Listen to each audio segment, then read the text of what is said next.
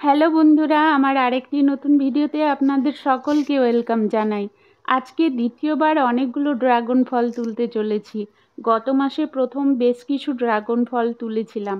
এমনিতে ফুল ফল আসার সিজনে ড্রাগন গাছে সবসময় 2-4টি করে ফুল আসতেই থাকে, কিন্তু যখন বর্ষা নামে আর টানা কয়েকদিন বৃষ্টি হয় তখন ড্রাগন গাছে ডাল ভরে ভরে ফুল আসে।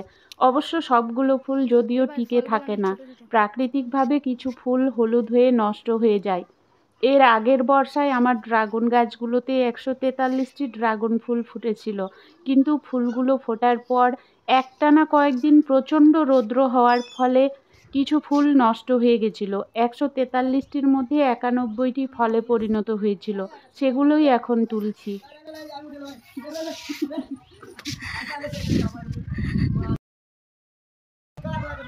এসে ধরছে তো ওই জন্য এরকম।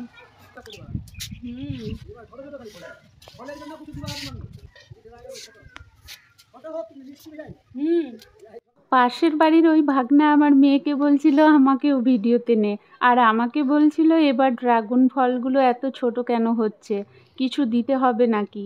ওর ছাদেও অনেক ড্রাগন গাছ আছে, আর আমি যেভাবে পরিচর্যা করি সেভাবেই ড্রাগন গাছগুলোর পরিচর্যা করার চেষ্টা করে।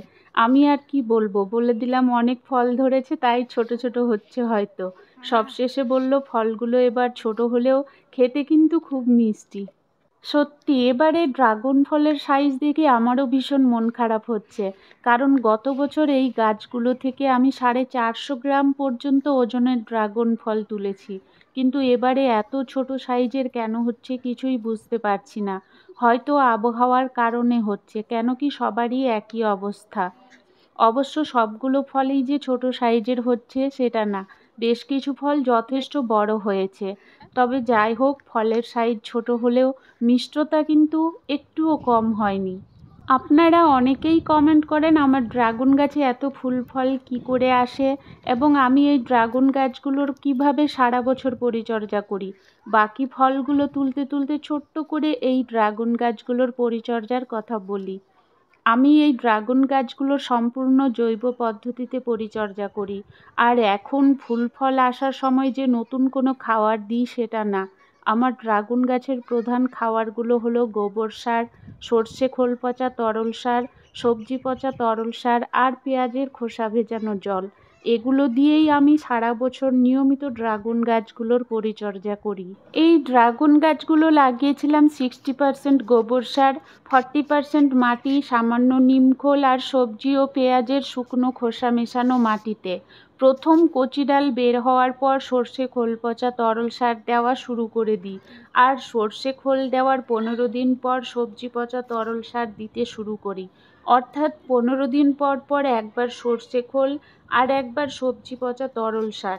আর 15 দিনের মাঝখানে যখনই গোড়ার মাটি শুকিয়ে যেত তখনই শুধু জল না দিয়ে জলের সঙ্গে পেঁয়াজের খোসা ভেজানো জল মিশিয়ে তবেই গাছের গোড়ায় দিতাম।